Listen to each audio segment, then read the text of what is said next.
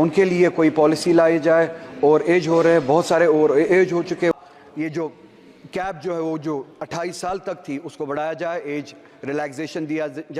दोस्तों, जम्मू कश्मीर के बेरोज़गार नौजवानों की बात श्रीनगर के एमपी आगा रूल्ला कंटिन्यूसली पार्लियामेंट में उठा रहे हैं, इसलिए मैं चाहूँगा कि जितना हो सके इनकी इस वीडियो को ज़्यादा से ज़्यादा शेयर करें।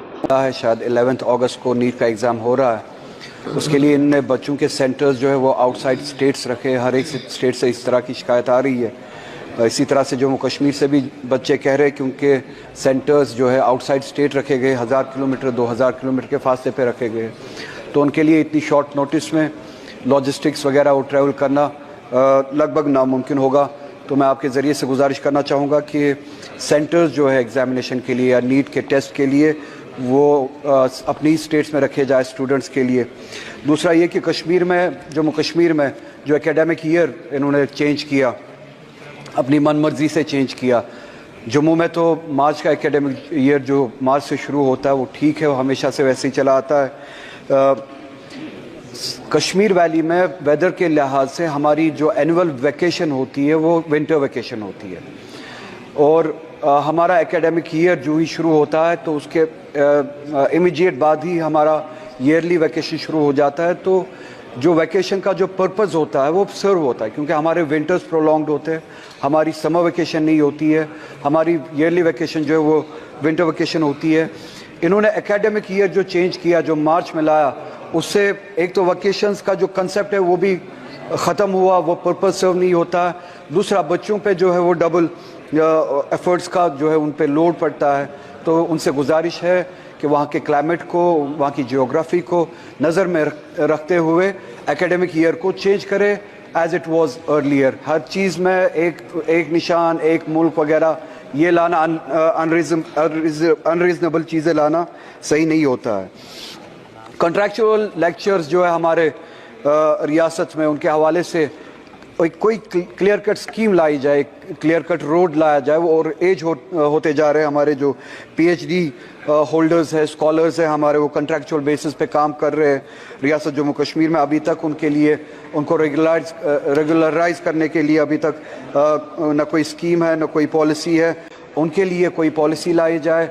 और एज हो रहे हैं बहुत सारे, और एज हो चुके हैं, उनकी सर्विसेज को रेगुलराइज किया जाए और उस हवाले से काम किया जाए। इसी तरह से माइनॉरिटीज़ के हवाले से जो अभी बात हुई, यहाँ पे जो स्कॉलरशिप्स थी, फेलोशिप्स थी, जो यहाँ पे सपोर्ट और एड मिला करता था, वो या तो बंद किया गया है या 90% के ट्यून तक, 90% के हद तक वो जो फंडिंग कम की गई है। 10 स्कीमें ऐसी है जिससे माइनॉरिटीज़ पूरे मुल्क में फ़ायदा उठाती थी।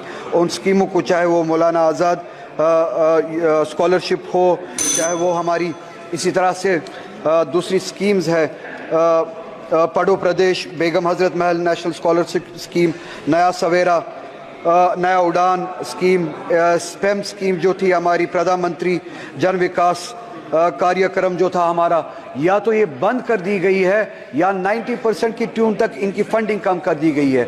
ये माइनॉरिटीज़ के साथ ज़्यादती है। ये चाहते हैं कि माइनॉरिटीज़ ना पढ़े, उनकी एजुकेशन के हवाले से ये एक जंग लड़ना चाहते हैं माइनॉरिटीज़ के साथ, जो सरासर नाइंसाफ़ी है। मैं आपके हवाले से गुजारिश करना चाहता हूँ इस पॉलिसी से बाज आए। जो माइनॉरिटीज़ पीछे रह चुकी है उनको एजुकेशन में सपोर्ट किया जाए, फंडिंग की जाए, उनका हाथ पकड़ा जाए ताकि वो आए, इस मुल्क में कंट्रीब्यूशन करे और पढ़ लिख के अपने सही मुकाम तक पहुँचे। मैं आपका शुक्रिया अदा करता हूँ ये वक्त देने के लिए madam spokes chairperson. Thank you so much. कि जम्मू कश्मीर की रियासत 2019 के बाद आज पहली बार 70 सालों में पहली बार अनएम्प्लॉयमेंट मुल्क में सबसे ज़्यादा है जम्मू कश्मीर है। इनके अपने आदाद शुमार पहले नंबर पे या दूसरे नंबर पे आज पहली बार, क्योंकि हमसे हमारे इख्तियारात छीने गए, डिसीजन हम नहीं लेते, आपका वॉइस रॉय वहाँ पे डिसीजन लेता है जिसे आप एलजी कहते हैं। नतीजा ये निकला, अनएम्प्लॉयमेंट सबसे ज़्यादा है। अनएम्प्लॉयमेंट इतनी ज़्यादा है कि अब अगर लोग वहाँ पे अप्लाई करना भी चाहते हैं, आपके पास उतने रिसोर्सेज नहीं है, जगह नहीं है जिनके ज़रिए आप वो जो ज़रूरत है वो पूरा कर सके, वो एम्प्लॉयमेंट दे सके। एम्प्लॉयमेंट के हवाले से आप बहुत सारी लेवल्स पे जम्मू कश्मीर के लोगों के साथ जंगें लड़ रहे हैं। नई रिजर्वेशन पॉलिसी यहाँ पे लागू की गई, हमने नहीं बनाई, जम्मू कश्मीर के लोगों ने नहीं बनाई, यहाँ पे बनाई गई और वहाँ पे थोपी गई। 70% रिजर्वेशन बढ़ाई गई। ओपन मेरिट को 30% तक कम किया गया। ओपन मेरिट के लिए अब जगह सिर्फ 30% बनती है। ये एक ऐसी लड़ाई है जहां पे ये चाहते हैं कि वहां पे क्लास वॉर हो, सोसाइटी के जो मुख्तलिफ सेक्शंस है आपस में लड़े, जो हमारे बैकवर्ड क्लासेस है जिनके लिए हम चाहते और हमेशा से रिजर्वेशन थी और हम चाहते थे उनको सपोर्ट मिले, वो ऊपर आए, उनको ऊपर ओपन मेरिट के साथ लड़ाया जा रहा है। क्योंकि तनासुब जो है, रेशो जो है पॉपुलेशन का, उस हद तक नहीं है जिस हद तक रिजर्वेशंस बढ़ाई गई। 70% के हद तक रिजर्वेशंस बढ़ाई गई, ओपन मेरिट को घटाया गया, जिससे क्लास वार, सेक्शन वार होने का एक खदशा है। मेरी गुजारिश करते हुए शर्म आती है, क्योंकि मैं फिर से कहूँगा, हमारे हाथ में इख्तियार ही नहीं है।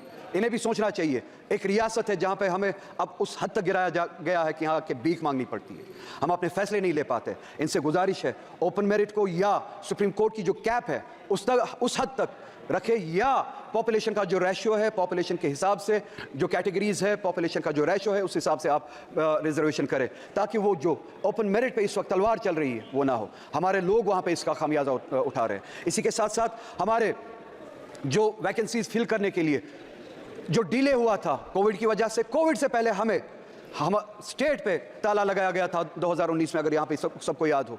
उस दौरान स्टेट ने काम नहीं किया, उसके बाद कोविड आया, उसके बाद ये जो वैकेंसीज फिल होनी थी उसके लिए वक्त नहीं दिया गया, वैकेंसीज फिल नहीं की गई। नतीजा ये हुआ हमारे जो बच्चे हैं, लड़के लड़कियाँ जो वो अब ओवर एज होना शुरू हो गए हैं। हमारी गुजारिश है कि अब ये जो कैप जो है वो जो 28 साल तक थी उसको बढ़ाया जाए, एज रिलैक्सेशन दिया जाए, एग्जेप्शन दिया जाए, ताकि जो कोविड के दौरान 2019 के दौरान जो आपने लॉकडाउन किया था, जिस दौरान स्टेट ने काम नहीं किया, वैकेंसीज फिल नहीं हुए, उनको वो एज रिलैक्सेशन दी जाए। अगर आज वो 33 साल के 32 साल के हुए हैं, उनको वन टाइम एग्जेप्शन दिया जाए, वो रिलैक्सेशन दी जाए कि वो अप्लाई कर सके।